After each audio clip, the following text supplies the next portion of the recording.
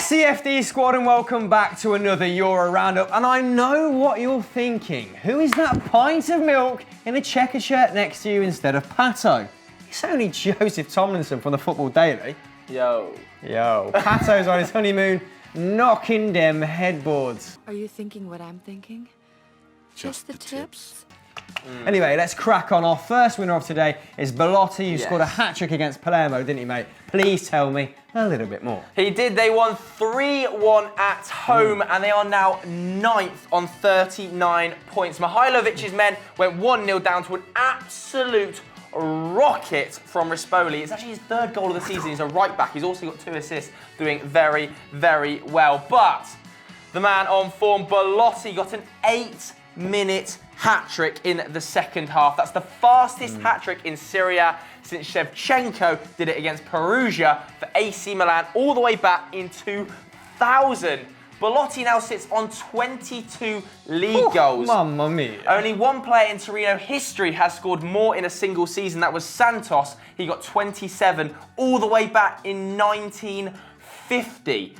So it could be close as to whether he finally breaks that record of 27 goals. I'm interested to find out. Do you think he'll do it, guys? Let us know in the comments below. Yeah. And all 3 of his goals coming from set pieces too. The Rooster. A combination of good delivery and poor defending from Palermo. But will he still be at the club, the Italian international, if this rich vein of form continues? Because the big boys are circling like vultures. Definitely leaving. Like Munich, United, still big ears. Not sure. Real Madrid. He's not going there if they're in the Europa League, mate. Anyway, that's for sure. Tell that to Pogba. And obviously they rejected Arsenal's advances, didn't they, Torino, in January when they bid £40 million to them. Sporting director Gianluca Petracci said, nada, no, not a chance. So if he does go, it will be for mega bucks. And on that subject of transfers, his teammate, Joseph Hart, you might be familiar with him, is also being linked with Arsenal and Liverpool, guys. Ooh. And what we want to know from you is, where should the pair of them end up? Let us know in the poll just above. Our first losers of the weekend were suggested by Jacob on Twitter, and shockingly, it's Juventus. Oh, they didn't even lose and they still make our losers. Yes, they drew 1-1 with Udinese, and this is the first time the old lady have drew in 38 games. Jesus. They were shut down by the powerful outfit from Udine, and they conceded the chance to go 10 points clear. They're now only 8 points clear, mate. Oh, the horror of it. Juve fans must be shitting themselves. Anyway, Zapata opened the goal scoring with a powerful run before Bonucci saved a point for the Turin side on the hour mark. Now, the Italian international was actually heavily involved in both goals. He couldn't stop Zapata, who was an absolute beast, by the way, scoring his 7th of the season in about the 34th minute. But he did crash in a beautiful header from a similarly beautiful delivery from Paulo Dybala. A quite quiet Paulo Dybala too, who you're going to tell me a little bit more about now. Yeah, he is a perennial thorn in Udinese's side. He loves playing against them. He's had a hand in 9 goals in his last 6 appearances against Udinese. 5 goals, 4 assists. But on the day, he was slightly off form. Subdued. Were Juventus. It was quite an anticlimactic game. Juve obviously dominating possession, 61%, as you're expecting from Allegri's men. But Udinese, very, very dangerous going forward. They had 10 shots to Juventus's 9. They had 5 shots on target to Juventus's 3. And Higuain did not have a pretty day at the office. In fact, he went into the weekend level on goals with Belotti. Both of them had 19. But Belotti, of course, after that stunning hattie, pulled 3 goals clear. It's going to be really, really, really close as to who wins that Serie A Golden Boot. But who do you think it's going to be? Who do you think it's going to be? Is it going to be the Rooster? Or is it going to be Gonzalo Higuain, the £70 million man? Let us know in the poll floating yonder. Our next winner comes from Spain. It's the man who might join United. Cross your fingers, Red Devils. It's Antoine Griezmann. Yes, he starred as Atleti beat Valencia 3-0 to finish the week in 4th above Real Sociedad. I mean, who hasn't beat Valencia True, this season. They've true. been absolutely toilet. But now Griezmann has 55 goals in 100 appearances for Los Rojiblancos. Impressive. He's got 12 and 25 this season, so not as prolific as in previous seasons where he got 22 league goals apiece, but it is still pretty solid. He's averaging more shots per game this season as well, up from 2.1 to 2.6, and he's also got a record 6 assists. That's already a season high for the diminutive little forward. Now, he had a whopping 7 shots this game. That's 3 times his match average, as I've just said. But that might have something to do with the fact that Valencia played 4-3-3 away from home, leaving him with plenty of space to operate in. Obviously, he's the sort of player who absolutely eats that shit up. And he also completed 2 dribbles and 2 tackles on the night, doubling his averages for those sections too. So he enjoyed his day, Joseph, against Los Che. Yeah, who didn't? Let's be honest. Yeah. Atletico Madrid had 8 shots on target in this game. That's nearly double their season average to Valencia's 2. That's really, really impressive. One man I want to take a look at away from Griezmann is Koke. Oh. Now, Koke has been linked to everyone recently. Manchester City mainly, and I think he would be a fantastic For good signing reason for them. too, yeah. He's registered 51 assists since 2012-13 season. Only Lionel Messi in La Liga has more. He's so dynamic. He can go forward, he's good sitting back, he's operated in a midfield 2 and in a midfield 3. I think he'd be a great signing for anyone willing to pay the money, especially if Diego Simeone leaves. Atleti, though, now 6 points behind Sevilla, who have a game in hand. However, they are looking better than they did at the start of the season. Yeah. Probably not going to break that top 3, in my opinion. But what do you think? They do play Sevilla in a few weeks' time. Are they going to get there? Are they going to break that top 3 barrier this season, or will they finish 4th and Simeone out? He's gone to Inter, hasn't he? I think he's going to go to Inter Milan. I think Griezmann will leave, and I think Koke might too. But what do you think? Let us know in the comments below.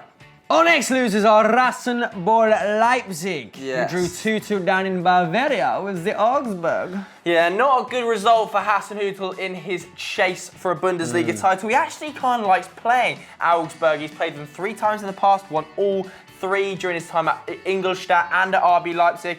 But in this game, couldn't get a win. Staphylides opened the goal scoring with an absolute blockbuster. He loves blockbusters, by the way. Every single goal he scored has come from outside of the box in the Bundesliga. Very impressive stuff. But then, the main man for RB Leipzig got them back into the game, Timo Werner, as he usually does, scores, and the main man as well, Naby Keita, got the assist. Those two's combination is scintillating, honestly. Timo Werner has been involved in 18 goals this season. That is a record number for the youngster. That's in fact double last season's tally already. So Timo Werner producing miracles for RB Leipzig, but not enough miracles to beat Augsburg on the day. Yeah, he's got to get a call up soon to the national side, hasn't he? Yeah. Absolutely electric. But they actually seemed comfortable, Red Bull, on the day. It was quite strange. They went 2-1 up through Compa, and their stats were sufficient enough that they should have won the game. 67% possession, 80% pass completion, 12 shots with 5 on target. When you compare them to Augsburg, who had 2 shots on target the whole day and scored 2 goals, then you get a clearer sense of justice not really prevailing.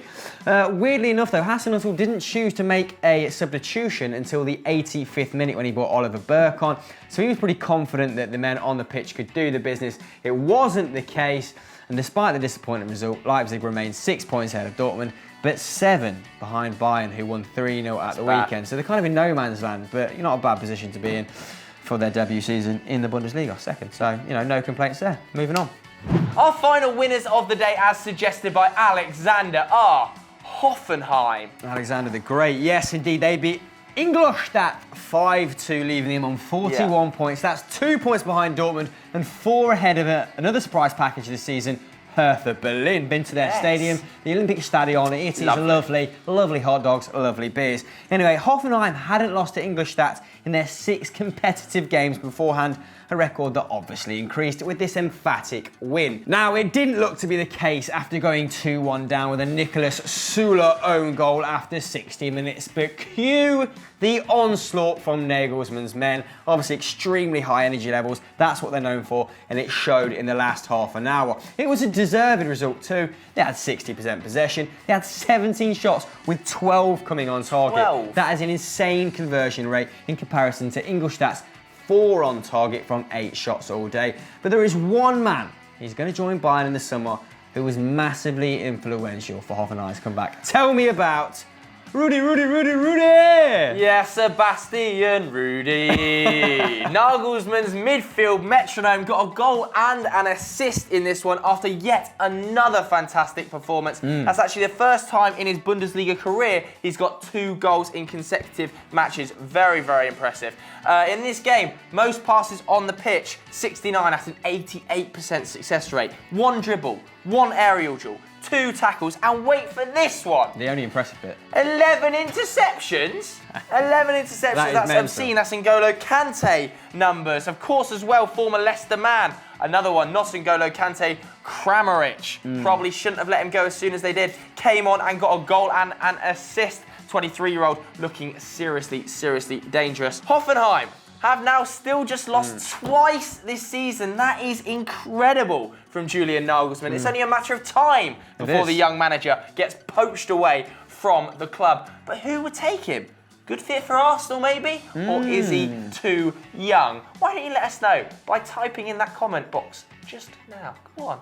Lovely. Thank you. Oh mon Dieu, sacré bleu, grande mère, Joseph. While Lyon are last losers, you couche anglais. Because they are chamère. I believe that means dog shit, but I'm probably wrong. They drew 1-1 on the weekend against Bordeaux, and that race for European places is really, really hotting up. Very, very close between 4th and 5th. In the game, Lyon completely dominated possession. 63% of the ball, 86 pass completion, but they just didn't make enough of it. In fact, Bordeaux had 3 more shots than Lyon and were twice as accurate, hitting 4 on target when Lyon could only manage 2. Coming into the game as well, you're expecting big things from your main man, Alexandre Lacazette. Had scored 4 goals in his last 4 games. We know as well he is the penalty maestro, but he failed to get on the score sheet here, and Bordeaux, it's a good day at the office for them, really. They finally got the scoring under the way through Varda, who hit the net early doors, and Francois Kimono, that's such a good name, Kimono. Isn't that Kimono Dragon? That's Komodo. Yeah. Close, but no cigar. He set up the goal, and he's now been involved in 6 of their last 8 goals for Bordeaux. Bit of a scrappy game it was, mate. Yeah. 38 fouls and 9 yellows between the 2 teams, but Momana, arguably better name than Komodo, whatever his name was, rescued a point for Lyon in the 79th minute. He was set up by Valbuena. That's his 50th assist in League One, Little so a Valbuena. personal accolade for him. Yeah, anyway, despite the dominance of possession, Lyon should be comfortable with the point. Top 3 seem a mile off now. That's PSG, Monaco and Nice, all 15 points ahead, whilst Bordeaux are now 4 points behind them. But Les Gones have a game in hand, but they make our losers section because they should be doing better. And last but not least, it's time for some shout-out shows. I'm going to start with @Schwend. He's got quite a scary avatar, by the way, who thinks FC Copenhagen should be in our winners section. They won 5-0 at the weekend and have been unbeaten the whole season. Ballers. My suggestion comes from Lionesses, and it's about the Lionesses. Yes, the England women's side who beat the USA 1-0 for the first time in history on US soil. Congratulations, putting the men to shame. Ooh, and finally we have Sergio Vieira, who thinks Porto deserves to be in our winners section after smashing Nacional 7-0. Andre Silva grabbing a double there. So that was your roundup, guys. We hope you enjoyed. Have we left anything out? Let us know in the comments below. And be sure to watch this week's Stat Wars. And as ever, guys, please do like and subscribe to both channels. Hey. Sayonara.